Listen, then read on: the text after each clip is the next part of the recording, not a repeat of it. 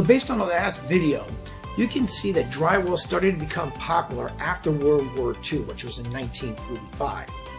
Now, becoming more popular does not mean that everybody started using drywall and stopped using lath and plaster.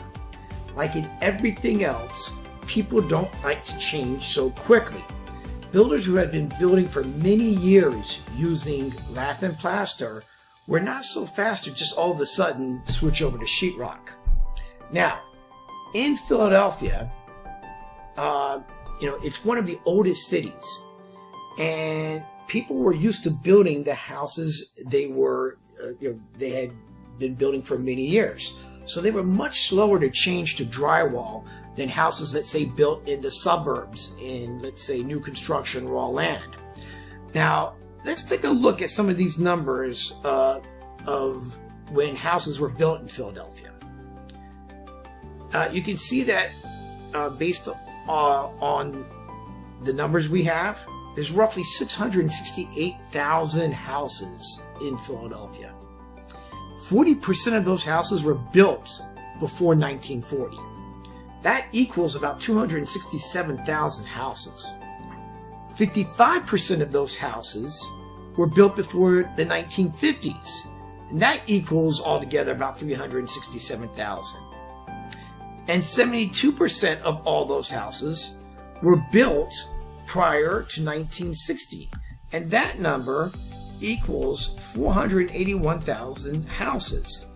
That's a lot of houses. So, drywall until the 1960s, I would say, did not become very popular. I would say after the 60s, that's when it became popular. So you can see that 72% of all the Philadelphia houses that were built were prior to 1960, were roughly built with lath and plaster, I would guess. So that means that most neighborhoods in Philadelphia, except probably for the far northeast, were probably built with lath and plaster.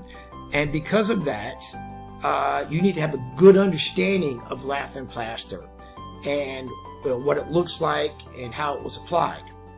So this next video will give you an understanding of what lath and plaster looks like and what you have to be careful of when dealing with lath and plaster.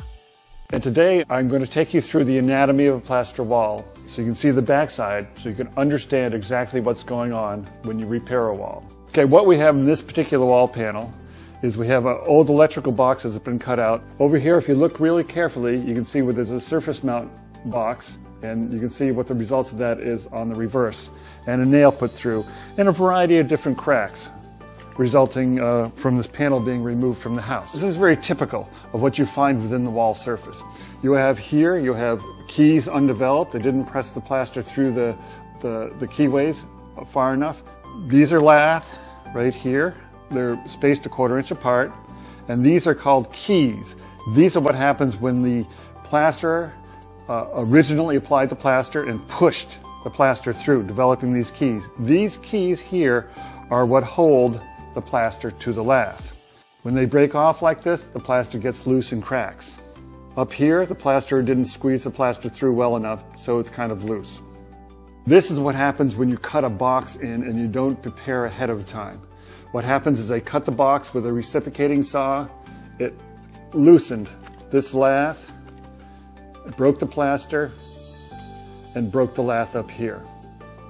On the other side of the thing, you saw that round part that I pointed out. That's an old repair where there was a surface mounted box. Here's the leftover wire from that. This particular plaster is from a 1900 house. This very typical problem is that the plaster comes loose from the lath. You can see the plaster has been applied to the lath. The plaster is, while it's wet, is squeezed through these keyways, developing keys. And when these keys break off, then the plaster comes loose. That is about 99% of all plaster problems. So in that last video, you can see what lath and plaster looks like behind the wall. And you're going to come across this a lot in homes built before 1960s. Since most of Philadelphia was built before the 1960s, you will come across a lot of rehabs that we do where we're dealing with lath and plaster. Also, outside of Philadelphia in the suburbs, houses that were built before 1960, we're going to come across this as well. Now, let's watch another video on how laborious this process is. And in this video, you're going to see, we're just showing you, how applying the plaster was so laborious. We are not showing you the additional laborious process of nailing all the lath up. Really, I couldn't find a video on that. And nowadays, if anybody's going to put up lath and plaster, it's probably a little bit different process. But here with the old lath, people sometimes will take that down and put up new plaster. And it's a very laborious process compared to just throwing up sheetrock. And let's take a look at that in this video here. 1896 house, all restored, first plaster job I've done in it. Hey, I did that fresco of my house, just see if I could. This is the house I was working on right before I got leukemia. Is it still running? Yep.